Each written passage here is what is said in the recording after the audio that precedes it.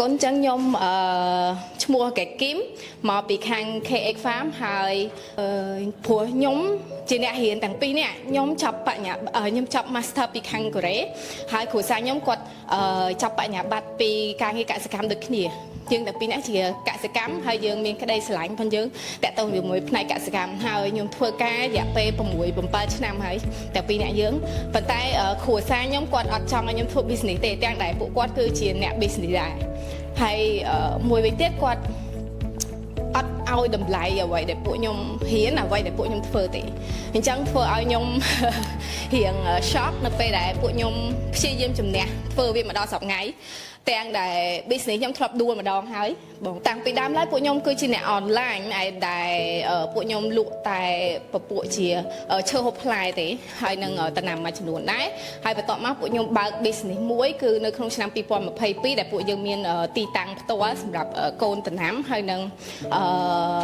fertilizer ប៉ុន្តែជា export មក import មកពីក្រៅប្រទេសអញ្ចឹង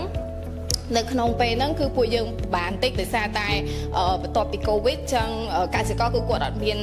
ថវិកាហើយក៏គាត់អត់មានចង់ប្រិច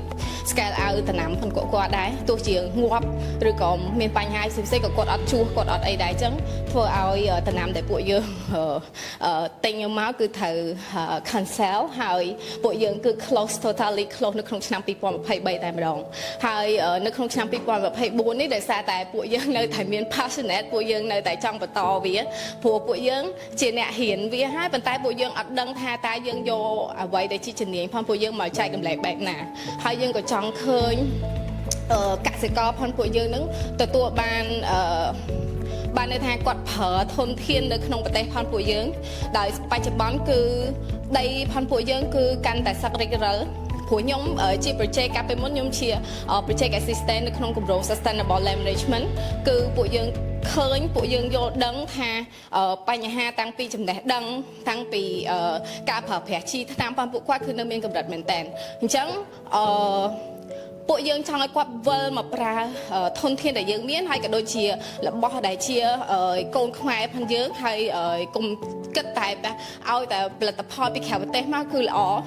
ផងពួកយើងក៏អាចធ្វើបានអញ្ចឹង target customer ផងពួកខ្ញុំគឺសុំក្រោយតិចបង target របស់ customer របស់ពួកខ្ញុំគឺបច្ចុប្បន្នអាចថាមាន3 customer សំខាន់អាចមានកសិ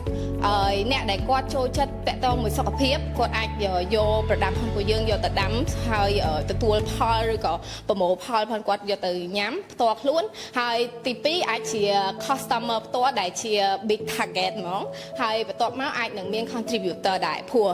ធម្មតាផលិតផលផងពួកខ្ញុំធ្ងន់ណាស់ដូចប្រមិញអញ្ចឹងពួកខ្ញុំចូលមកមិនស្រាលទេប៉ុន្តែអញ្ចឹងនៅពេលដែលពួកយើងអត់មាន contributor សម្រាប់ជួយ support អាចថានៅទីតាំងខេត្តណាមួយអញ្ចឹងពួកគាត់អ្នកដែលនេះហ្នឹងគឺគាត់ត្រូវឆាយទៅលើ service delivery ហើយជាក់ស្ដែងជាមួយ delivery សប្តាហ៍ថ្ងៃគឺពួកខ្ញុំអាចថាទៅភាគច្រើនខ្ញុំព្យាយាមចរចាមែនតើចរចាមួយខាង delivery ថាអូខេ product ហ្នឹងអត់ថ្លៃទេបើបង delivery ថ្លៃពេកចឹងពួកខ្ញុំក៏ពិបាកលក់អ្នកដែលគាត់ទិញទៅក៏គាត់រៀងពិបាកក្នុងការទទួលយកតម្លៃដែរតាក់ទងជាមួយនឹង confidence នៅក្នុងការទទួលទានផលិតផលដែលពួកគាត់ធ្វើបានដោយពួកខ្ញុំដាំខ្លួនឯងខ្ញុំញ៉ាំខ្លួនឯងឆ្ងាញ់